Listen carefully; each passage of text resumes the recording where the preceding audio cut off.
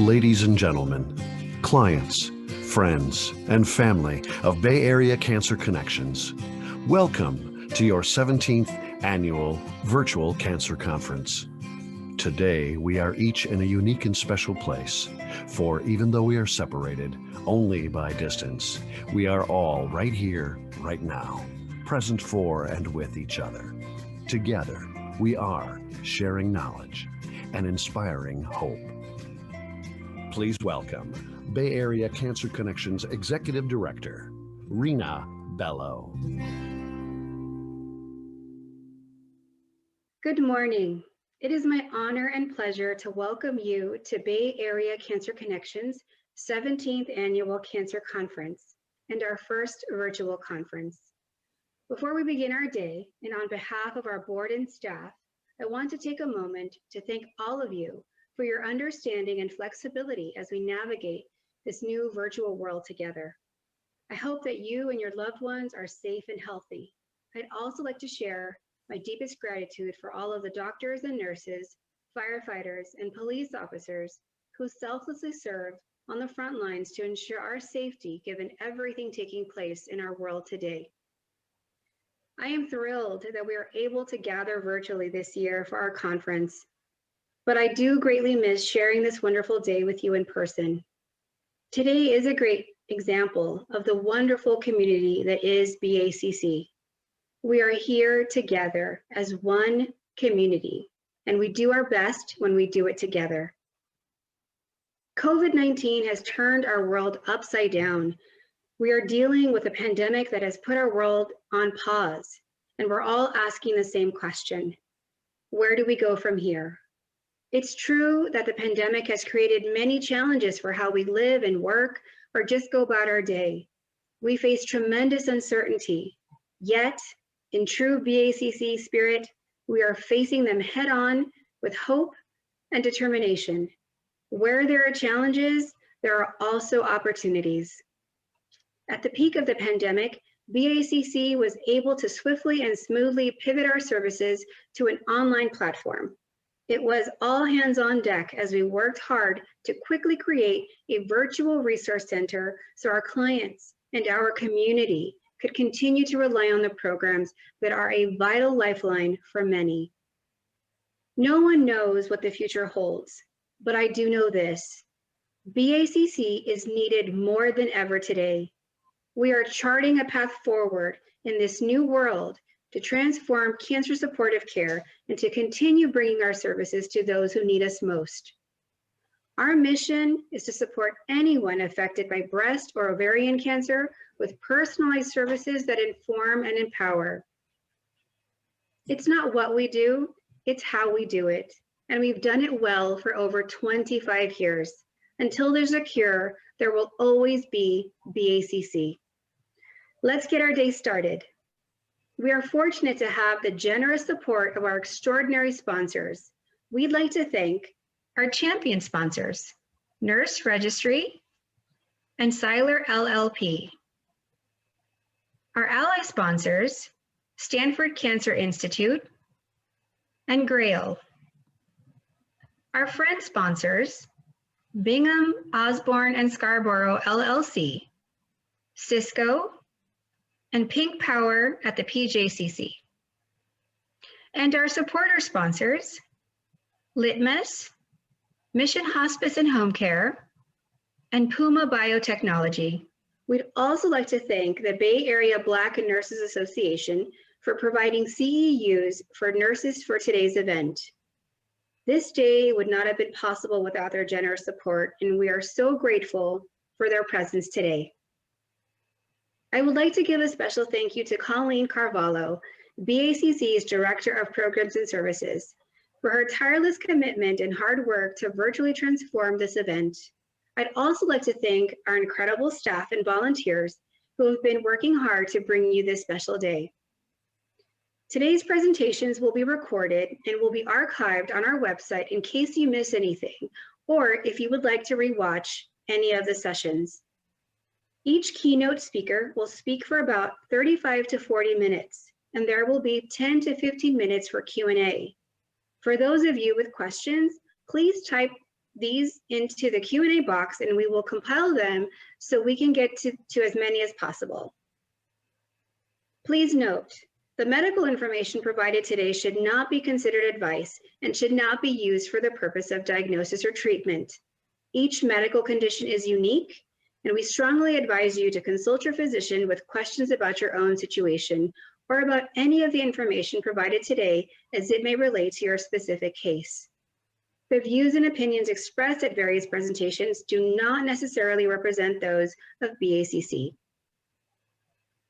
If you have any trouble accessing today's presentations, please refer back to the email you received with instructions for today's conference or call or email BACC's helpline at 650-326-6686 or info@bayareacancer.org. Now, I would like to introduce you to our incredible board president, Pamela Ratliff. She will be introducing many of our wonderful speakers we have joining us today. I've had the honor of being her colleague and friend for more than 15 years, and it's been my sincere pleasure to work closely with and to learn from her. All of us at BACC are grateful for her leadership during this exceptional time that calls for exceptional action. Ladies and gentlemen, please welcome Pamela Ratliff. Thank you, Rina, for that lovely introduction. I'm really excited to be with all of you today. We have an amazing lineup of speakers that are sure to keep you alert, informed, and inspired. So let's move right into today's program. We are thrilled to get things started with a topic that I believe we can all benefit from learning more about during this time of transition, and that is self-compassion. We're excited to have an expert with us, Kristin Neff, to help guide us through this process. Kristin Neff is currently an associate professor of educational psychology at the University of Texas at Austin. She is a pioneer in the field of self-compassion research, conducting the first empirical studies on self-compassion over 15 years ago. In addition to writing numerous academic articles and book chapters on the topic, she is author of the book, Self-Compassion, The Proven Power of Being Kind to Yourself, released by William Morrow.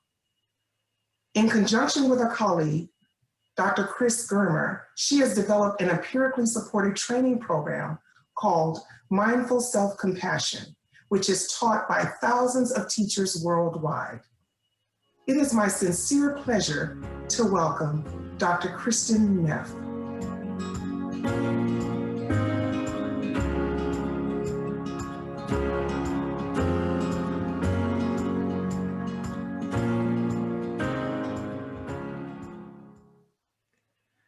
Thank you. Thank you for the lovely introduction and also for the lovely music. I'm very happy to be here with you today to talk about self-compassion. So I do research on self-compassion, and I've been doing research on this topic for almost 20 years now. I certainly didn't come up with the idea of self-compassion. I actually learned about it back in my last year of graduate school at University of California at Berkeley. And basically what the situation was that I was a mess. I was a basket case, actually. I had just gotten out of a divorce. It was a really messy divorce. I was feeling a lot of kind of shame and uncertainty about me, about my life. And I was also feeling a lot of stress, not so much about what I finished my PhD, but what I even get a job after devoting 7 years of my life to this project. And I had heard that mindfulness meditation was good for stress. So I went to a mindfulness group expecting to learn about, basically how to meditate. And I also knew it was a Buddhist group, and I knew that Buddhists were into compassion. So I thought I might learn a little bit about compassion as well. But much to my surprise, the woman leading the group that night talked not only about having compassion for others, but also about the importance of having self-compassion, about, the fact that when we're going through a difficult time, when we're stressed, when we're struggling, when we're in pain, that we needed to turn toward ourselves with the same sense of kindness, care, compassion, and support that we would more normally, show to other people. And it's funny, I had never even really thought of that before. You mean you can actually actively show compassion to yourself as well as others? So I tried it out. I tried being kinder and more supportive to myself, being really a good friend to myself.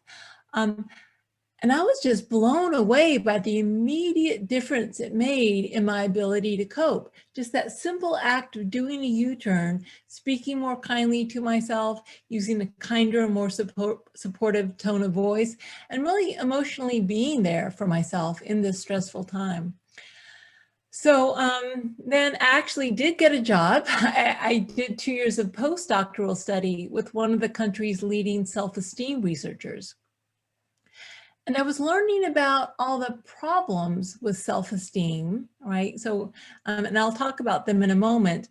And I realized that self-compassion was a really wonderful alternative to self-esteem in terms of a healthy way to relate to yourself. So I'm going to actually start my presentation about thinking about self-esteem and what it is and what it does. Okay. So what is self-esteem? Self-esteem is really a judgment of self-worth. It's a global evaluation, like taking all your traits, good and bad, and summing them up into some sense of, am I a good person? Am I a bad person? Or am I somewhere in between? And for many, many years, self-esteem was really considered by psychologists to be the ultimate marker of psychological well-being.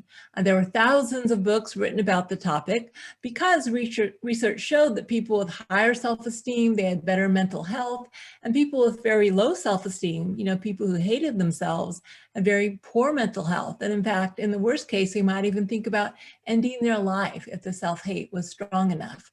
So psychologists were really into self-esteem as a way to feel good about yourself.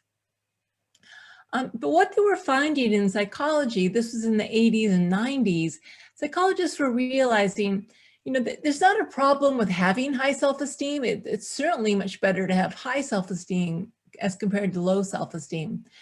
But there are a lot of problems with how people get their high self-esteem, the pathways through which people try to feel good about themselves. So one of the biggest problems with self-esteem, at least in American culture, is that to have it, you have to feel special and above average, right? So think about it. If someone gave you feedback that, you're average at your profession, or you're an average parent, or you're an average friend, you'd feel insulted, right? In our society, it's not okay to be average. We have to feel special and above average just to have baseline self-esteem. And one of the problems with that is that if you think about it, it's logically impossible for us to all be above average at the same time. So the need for self-esteem leads us in a process of social comparison, right? How do I stack up to the other person?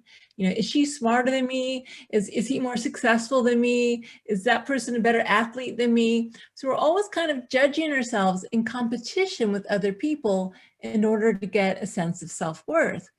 And that can lead to some really unhealthy behaviors.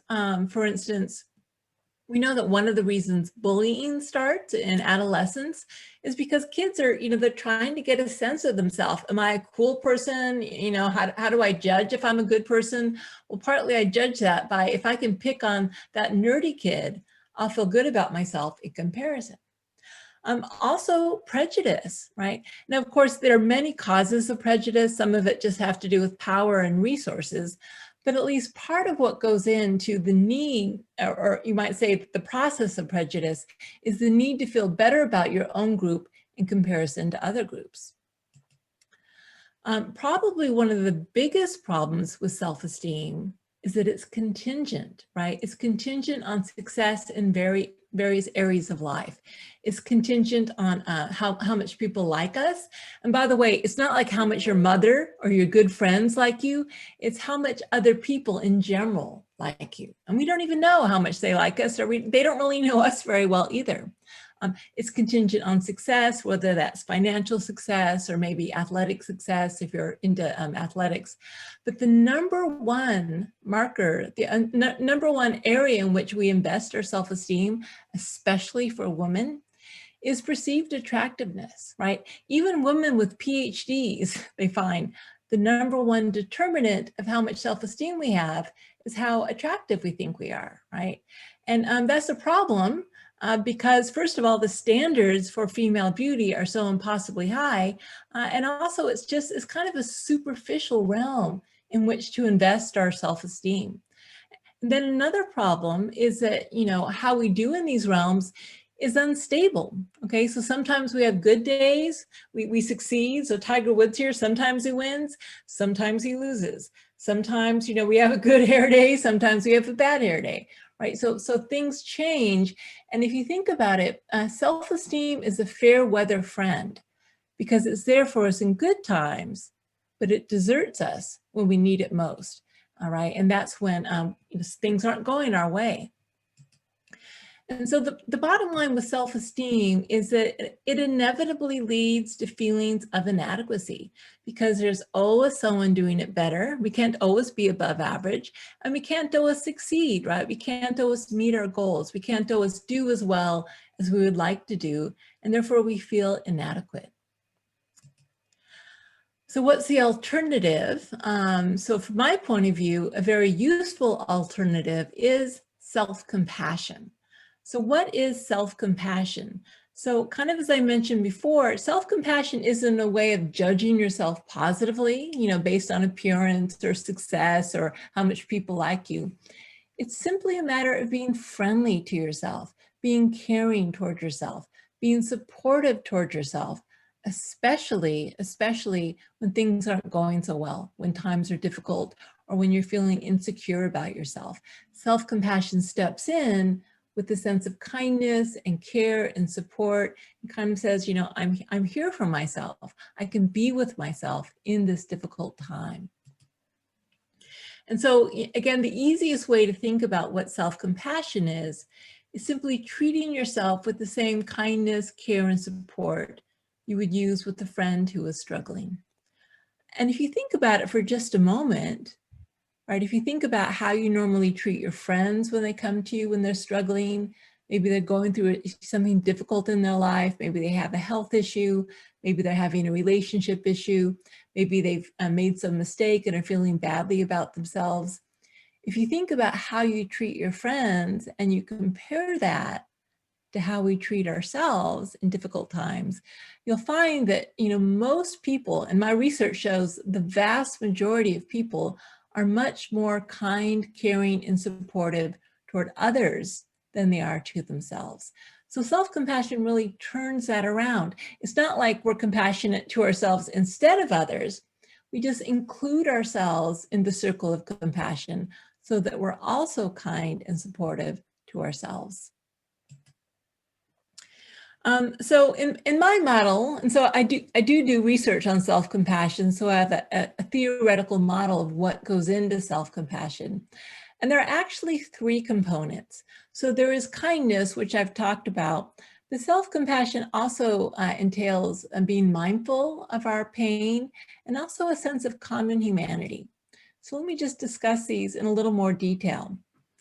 So most of you have probably heard of mindfulness. When we're mindful, it means that we're able to be present with things. And we also are present with things in a kind of non-judgmental way, as opposed to trying to shut them down or avoid them.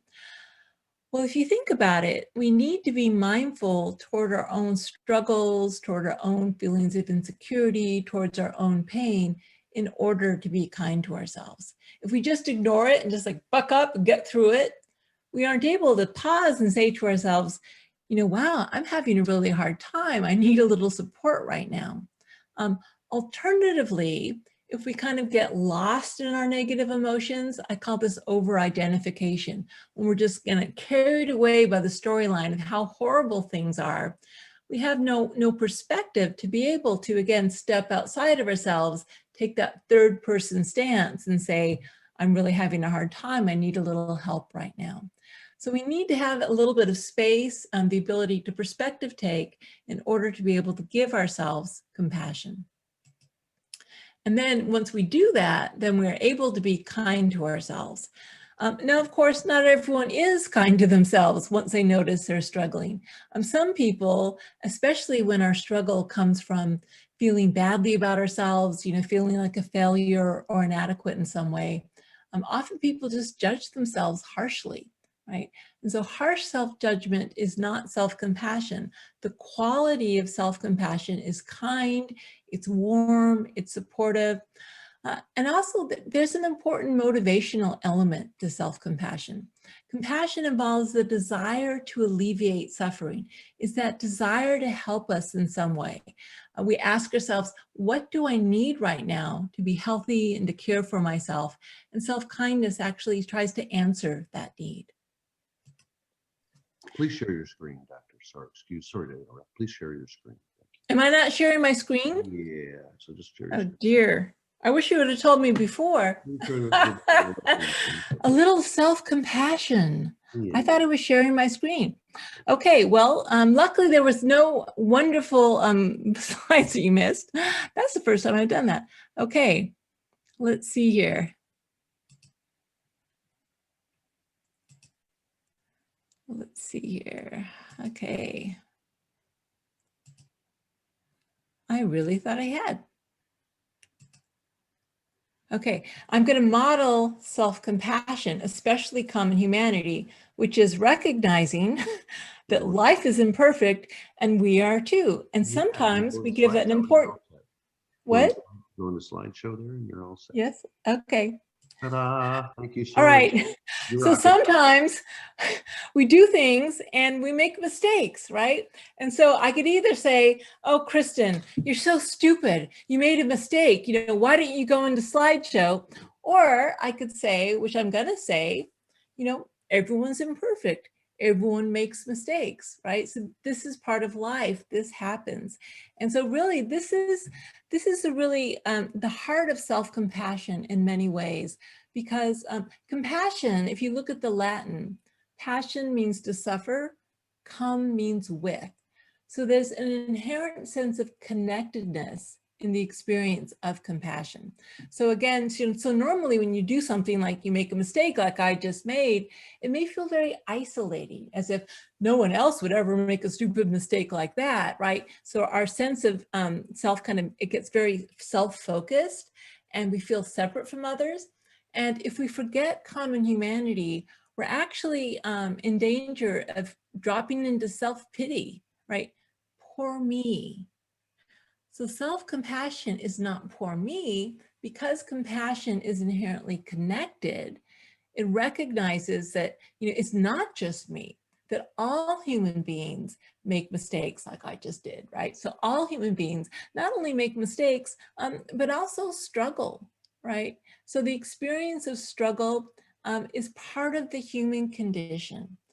Now, we may know this logically, but often when something happens that's difficult, we feel in the moment as if something has gone wrong, right? Something has gone wrong. This is not supposed to be happening. And yet you can ask yourself, why not? I mean, whoever said that human life was supposed to be perfect? We think as if everyone else in the world is living a perfect problem-free life, and it's just me who's struggling, or just me who's made a mistake like I just did. And so what self-compassion is, and I'll tell you a little story to illustrate this. So my son is autistic, right? And there are a lot of parents with autistic children, but it can be very easy to fall into the trap of thinking, it's just me. And I remember once when my son was young, he was maybe about 5 years old, I took him to the park. And we were there at the park, and there were other parents with their kids at the park. It was a beautiful day. And all the kids, they were like playing with each other. They were interacting with their parents. And here's my son, he's on the slide. He's, banging the slide because he was entranced by the noise of banging the slide. He wasn't interacting with the other kids, and he wasn't interacting with me. And so at first, I started to go down the path of self-pity. I'll admit it. I started to feel, why me? Why can't I have a normal, unproblematic relationship with my child like all these other parents?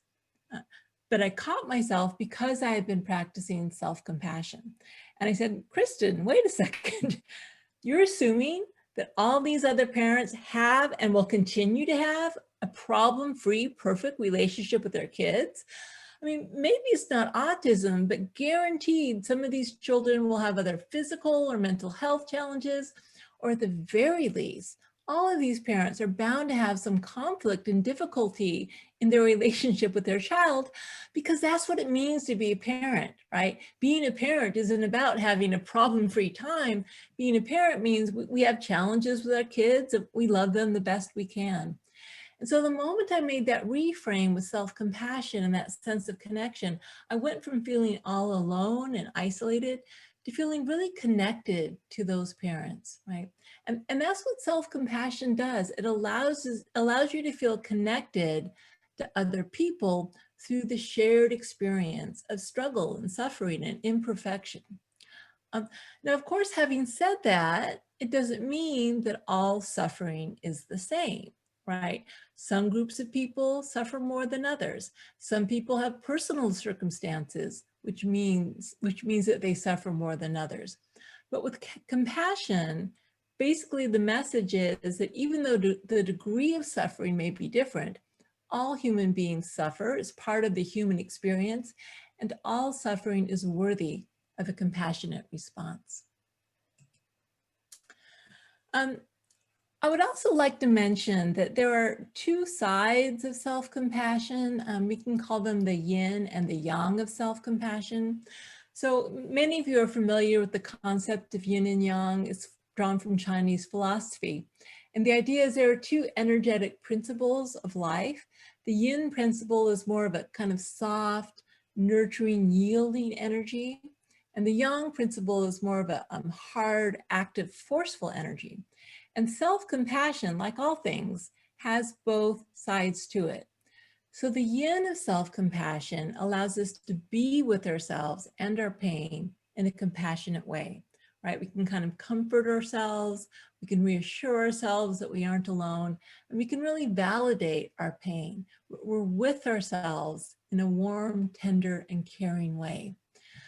But because compassion involves the concern with the alleviation of suffering, if I'm in a burning building and I'm on the second floor and there's a fire down below, I don't want to just be with myself with the fire. I want to take brave action, like jumping out the second floor window if I need to, right? Sometimes we need to act courageously in order to alleviate our suffering.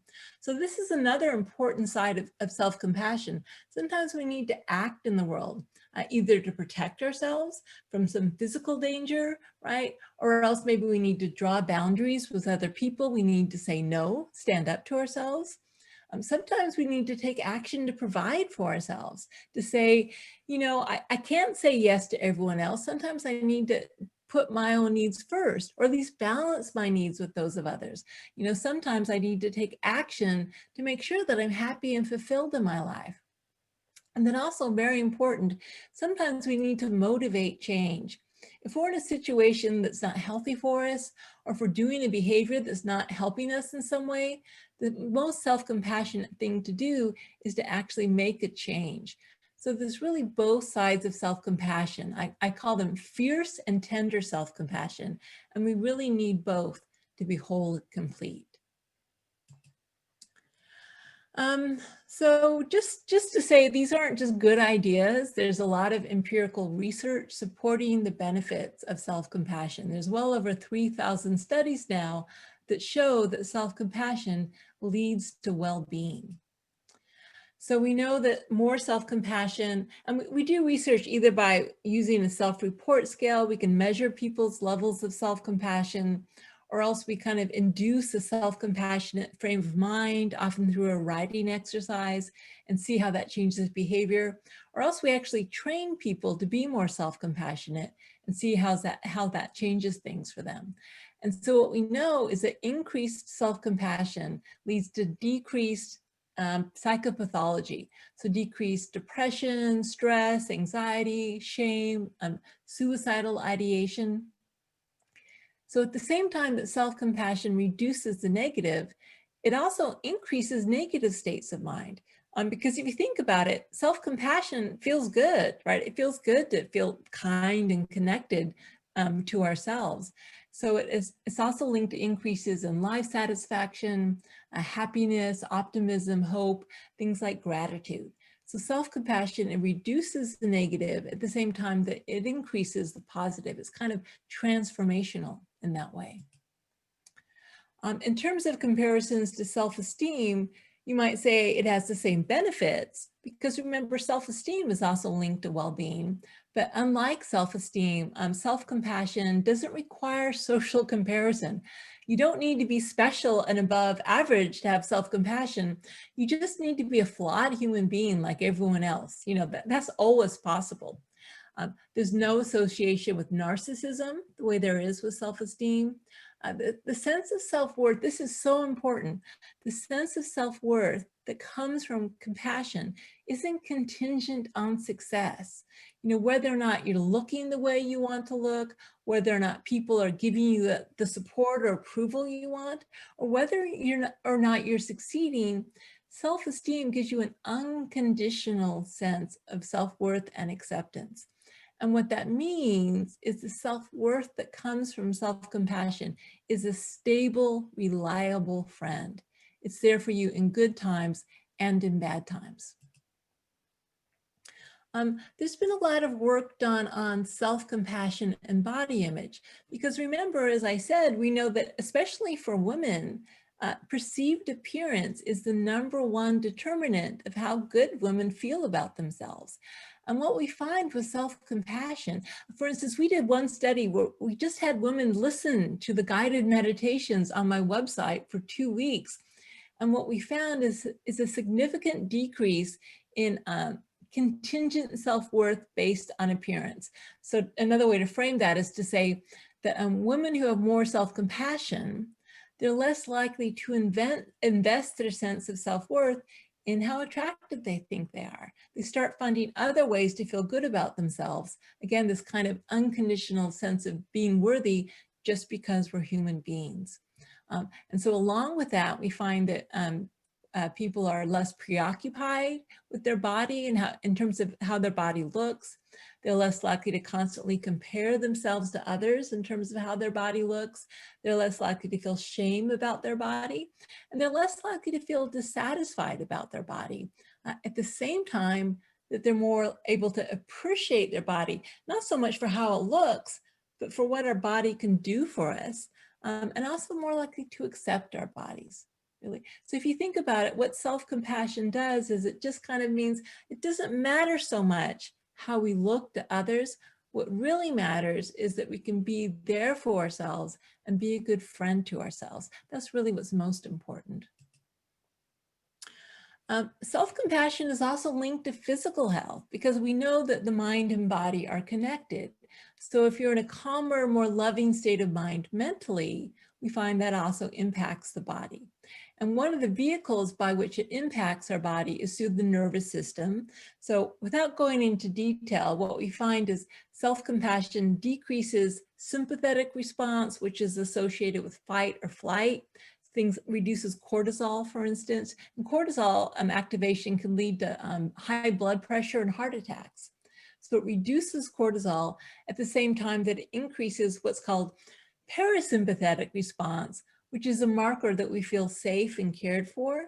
And we have greater, for instance, heart rate variability, which means we can flexibly respond to difficult situations with greater ease. We also have enhanced immune response. Again, when your body is functioning in a calmer way and it's not so freaked out, to use an unscientific term, it means we also have better immune response, a better sleep quality. And they find that people with more self-compassion have fewer physical symptoms, things like aches and pains, colds, etc. The research also shows that a lot of the misgivings we have about self-compassion are actually misperceptions. So there are common blocks to self-compassion, and the most common ones are there on the screen. People tend to think it's going to make them weak. They tend to think it's selfish, right, to focus on myself and not just on others.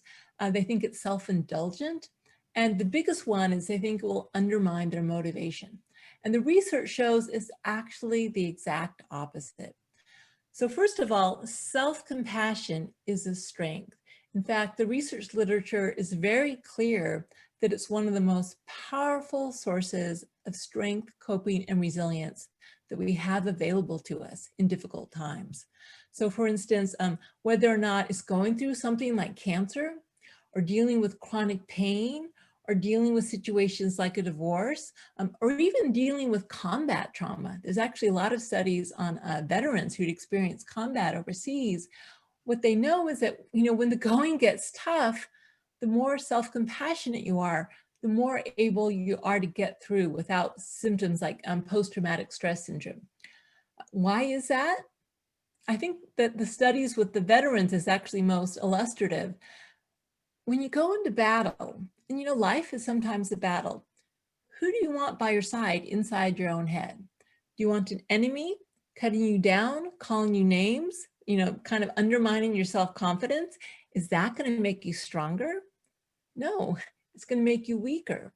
But if you have an inner ally, a voice in your head that says, I'm here for you, I support you, I care about you, I have your back, that type of self-support is actually going to make you stronger. And that's what the research shows. People are more able to cope with challenging circumstances when they give themselves compassion. The belief that it's selfish actually makes me so sad, because what we know from the research is the more kindness and support you give yourself, the more resources you have available to give to others, right? So people who are more self-compassionate, they're more compassionate to others, they're more forgiving toward others, they're more able to take others' perspectives, and really important, they're less likely to burn out when caring for others. If we give and we give and we give to others, and we don't give to ourselves, eventually we're going to be depleted, we're going to run dry. So people who are able to give themselves compassion, and especially while caring for others, they're more able to sustain that caring over time without burning out. Some people think that self-compassion means being self-indulgent, just kind of giving yourself a break. And I must say, I hate it. Journalists always describe self-compassion as giving yourself a break, which kind of sounds like it means you're being self-indulgent. If you care about yourself and you don't want to suffer, sometimes that means you've got to do things that are tough. Like, people exercise more, they eat better, they go to the doctor more often, they practice safe sex. You aren't going to choose short-term pleasure over long-term harm if you care about your own well-being. And finally, we know that self-compassion, it doesn't undermine motivation, it increases it. Right? So if you care about yourself and you don't want to suffer, you're going to actually try to reach your goals and do well in life, but you do so not because you think you're inadequate if you don't, but simply because you care about yourself and you want to be happy and you want to achieve your goals. And then if you fail to achieve your goals, you can be kind to yourself about that failure, which means you're more likely to just pick yourself up and keep trying. So can self-compassion be taught? Yes, absolutely. So the last 10 years, I've actually been working on developing a program to teach self-compassion called the Mindful Self-Compassion Program. It's an 8-week program, although we actually have shorter versions that you can take now, briefer versions. You can find these at the Center for Mindful Self-Compassion.org. But it's taught worldwide. Thousands of people have taken the program, and we know that it actually works. So self-compassion is something that you can practice, that you can learn. Even if you weren't very self-compassionate now, this is absolutely a skill you can learn. And the good news is it's not rocket science, because you already know how to do it, right? You already know how to be warm and supportive toward those you care about. And so really all you're doing is you're just including yourself in the circle of compassion so that you are also warm and supportive towards yourself. And so by the way, those are just my websites, and I'll make sure that that's sent out to you, all the people on this call, because there's a lot of free resources, like free guided meditations. You can look at the research. But what I want to do now, just pretty quickly, the last 5 minutes, and then we'll have a few minutes for questions, is I want to lead you through one of the practices from the Mindful Self-Compassion program, which is called the Self-Compassion Break. And so this is a very simple way of bringing in the 3 components of self-compassion: mindfulness, common humanity, and kindness, towards some difficulty we're experiencing. And you can do this anytime during your day. Okay. And so I'm going to lead it like a very brief little meditation.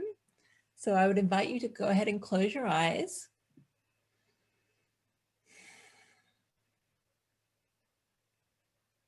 All right, just take a moment to settle into your body. If your legs are crossed, you may want to uncross them and just feel your feet on the floor.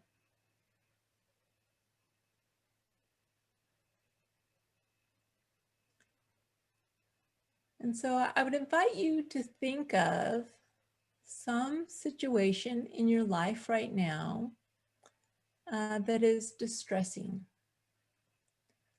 I would caution you, however, not to think of something that's overwhelmingly distressing, because if you're feeling overwhelmed, you actually won't be able to learn the practice. So something that's mild to moderately distressing, maybe, you know, a 3 or 4 on a scale of 1 to 10. This could be a relationship challenge or something that's happening in your life that's difficult, or some mistake you made.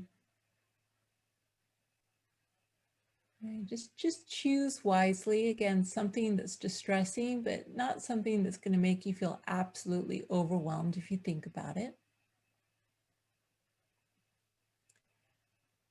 And so just calling the situation to mind.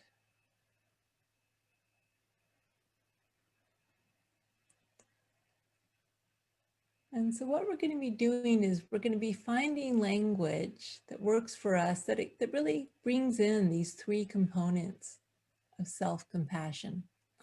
And the first is mindfulness. We want to be aware of our pain and our struggle. So saying something to yourself like, you know, this is a moment of distress, or I feel really badly right now, or this hurts, or this is really hard. So again, finding language that feels authentic for you to really express your own awareness of the fact that, you know, this is difficult right now.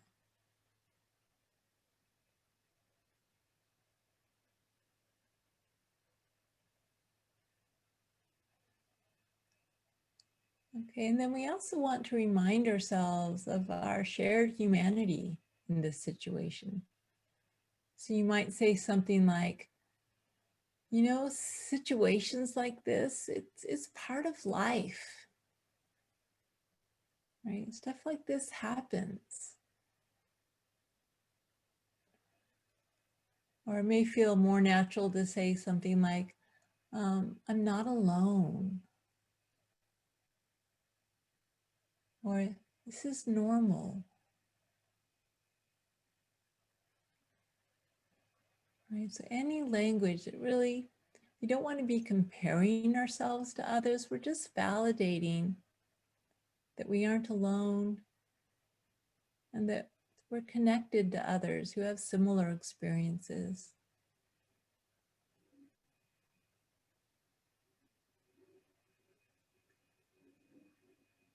And then finally, we want to give ourselves some kindness. And one way to do that is actually through physical touch. So you may want to put your hands on your heart. You can also hold your face. right? Some gesture that feels comforting and soothing.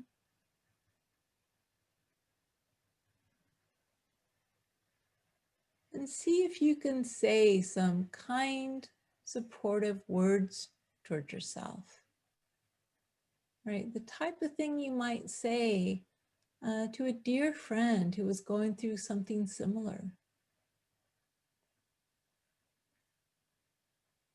It may be something like, you know, it's okay to be imperfect.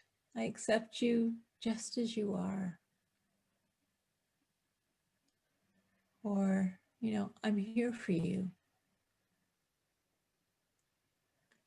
It's going to be okay. I care about you.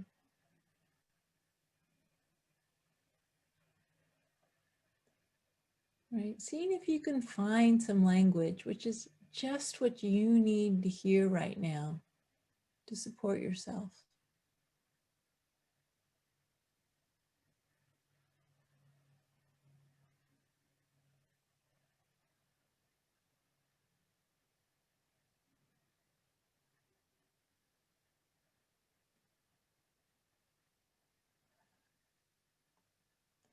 Okay, so you can open your eyes now and let the practice go. Actually, I'll stop my share.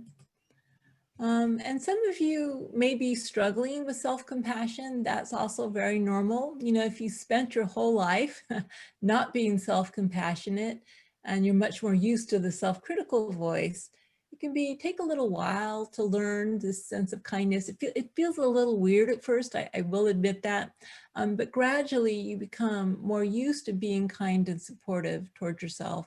And as you let those words in, they really can make a radical difference in your life. So I think I have time for a few questions. I think, so is someone going to be reading the questions to me, or am I supposed to just look at the chat? I'll be helping out with that, Dr. Neff. And how much time do we have, just so I know? We have about 8 minutes, I think. 8 minutes, right? Perfect, great. We have Good. Plenty of time. So Lovely. Thank you so much, first off, for that wonderfully informative talk and the practice at the end. I think it's incredibly helpful, especially during this very challenging time for all of us. So yes, thank you. You're welcome. We have just a couple of questions so far, so I want to remind the audience, if they have additional questions, please type them into the Q&A box at the bottom of the Zoom. And we'll start by one of our participants acknowledging that she doesn't know how to show self-compassion. Like you said, some people may struggle with that. And I think the exercise you did helps, but if someone is struggling, what other tips do you have, or examples, or where could they go to practice more? Right. So again, in terms of tips for how to practice more, if you just Google self-compassion, you'll find my website. I have a lot of, again, free resources, guided meditations, little practices, exercises. If you actually want to take training, you can go to the centerformsc.org and actually take an online course. But you know, even other than that, there are really 3 doorways into self-compassion. So one is to be directly compassionate towards yourself, which can be a little awkward if you aren't used to it. The other, which we kind of did at the end of that practice, is to imagine what you would say to a friend you cared about in the same situation. It's kind of drawing on the skill you know, and then just making a U-turn and trying to say the same thing to yourself in the same way. A third pathway, actually, which we didn't do, but it's also very effective, is to imagine someone very compassionate saying something to you. This could be a religious figure, or maybe you have a friend in your life, or maybe some person you know who's just very, or even a figure like the Dalai Lama who you don't know, but someone who you imagine is very, very compassionate. You can imagine what they might say to you. So those are really 3 pathways in. Sometimes you could do something like write a letter to yourself, but like kind of imagine you're writing a letter to a friend, And then some people like mail themselves a letter and then read it to kind of get that objectivity. So there are a lot of pathways in.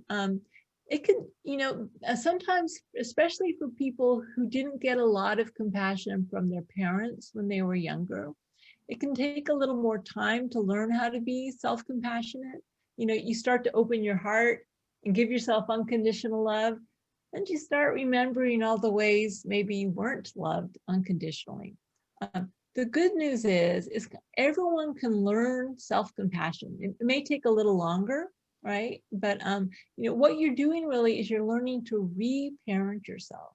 And the data is really amazing. Even people who come from very abusive home situations, again, it may take a little help with the therapist, it may take a little more time, but we actually can learn to give ourselves what we need, even if we didn't get it from others. Wonderful, thank you.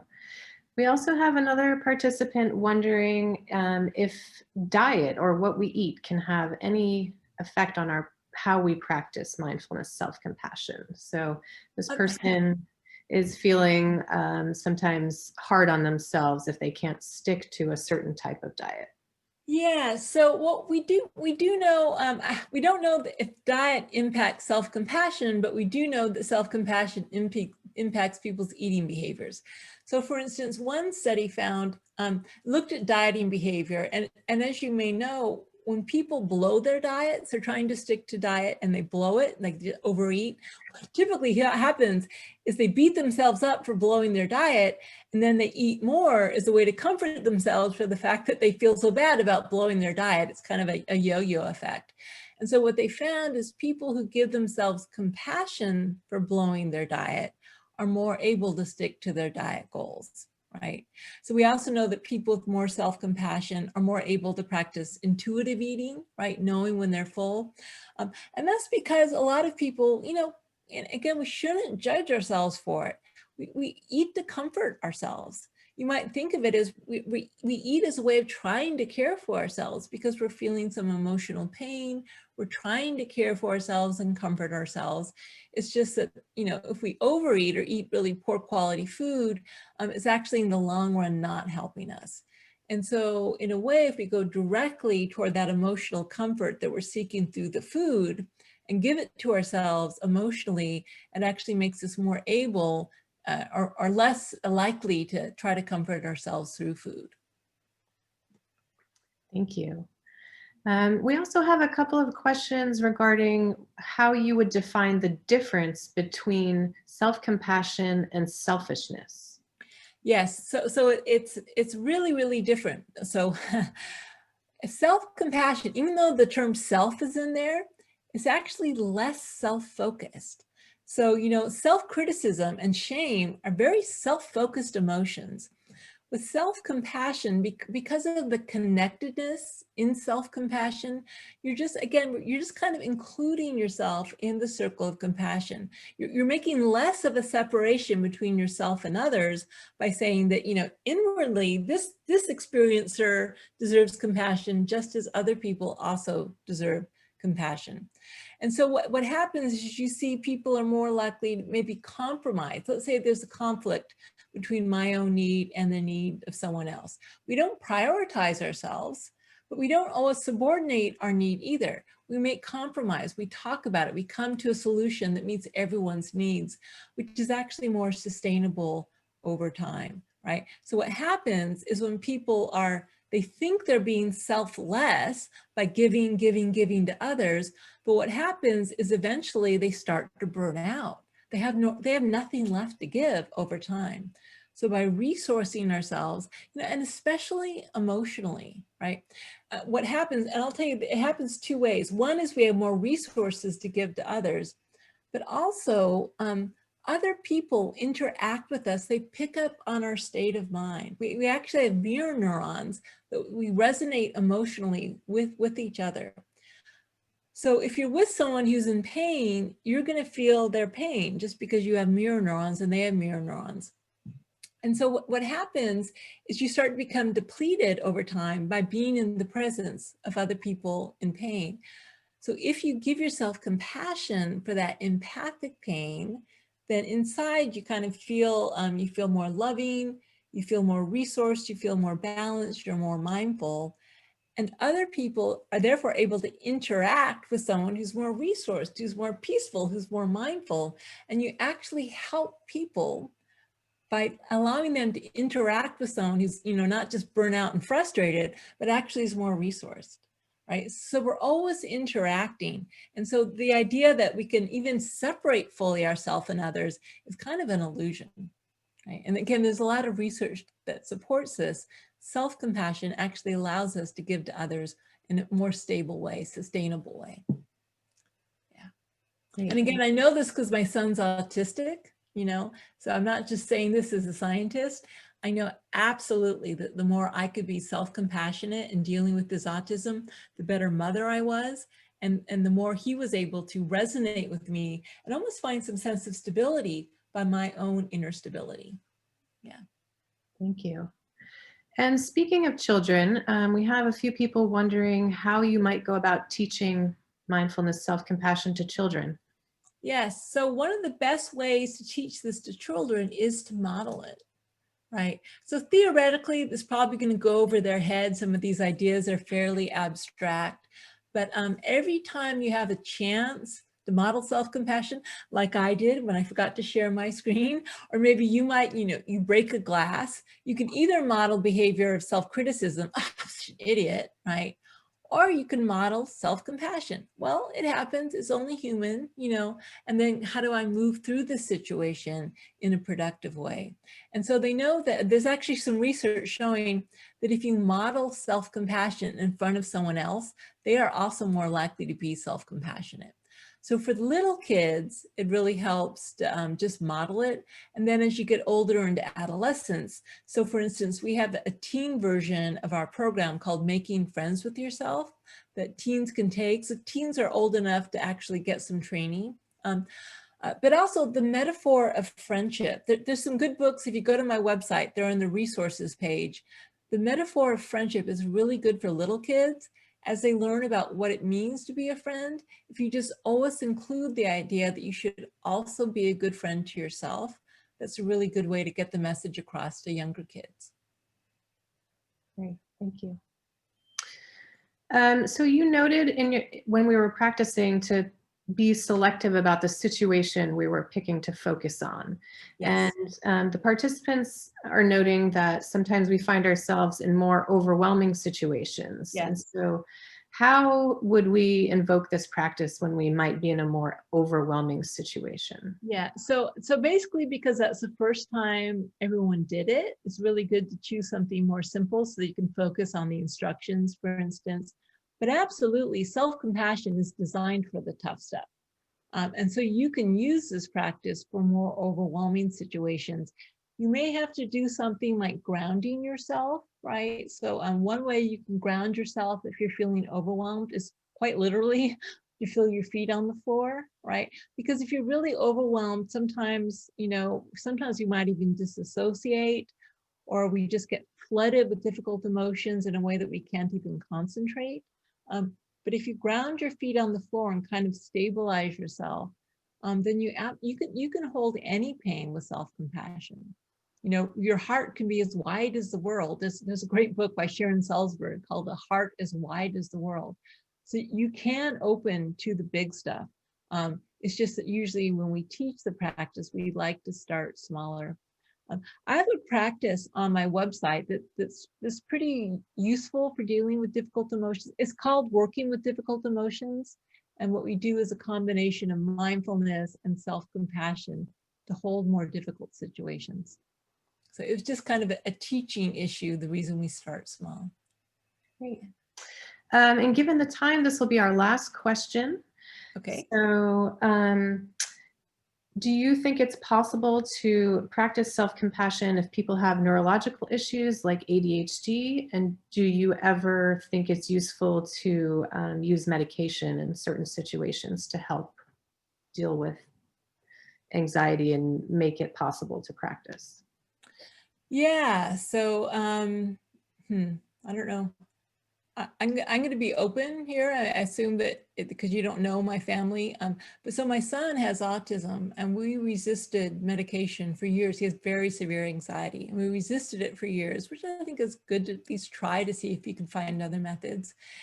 You know, and lately it's just gotten so bad. His panic attacks are so bad that we're trying out medication. I think that, you know, again, I think it's always good to be wise. And if you can find alternatives to medication, it's great, because medication has side effects, unwanted side effects. But if you care about yourself and you want to alleviate suffering, you're going to want to try, you know, all possible avenues for yourself. And so absolutely, I think medication can help calm just the physical manifestations of anxiety or depression, which actually often keep you from being able to be mindful, or keep you from being able to practice self-compassion. Because if your mind, if your neurons are just overfiring, or they're so depressed and you can't even focus, it is more difficult to practice self-compassion. So I don't think, this is my personal view, you know, that people may disagree. I think it's good to keep an open mind. You know, we don't want to just go straight to medication just blindly without looking at other options. But we also don't want to be judgmental about this, you know, thinking we failed or that we don't want to do that. I think really the biggest question is, what helps? You know, what helps? And to be really exploring different avenues for what helps. But yeah, so if anyone's feeling that, so that's a little sharing a little personal thing, that yeah, that's we're trying it now, and because his suffering is really bad right now, and if he can alleviate his suffering, I'm all for it. Yeah. Thank you so much for sharing, and I wish all the best to your son. Thank you. Thank you. Thank you. Thank you again for the wonderful presentation, and thank you, audience, for your attention. Yes, We're great now questions. Great questions. Yeah. Thanks. Now we'll be moving on to the client story with Helen. Okay, thank you. Bye-bye.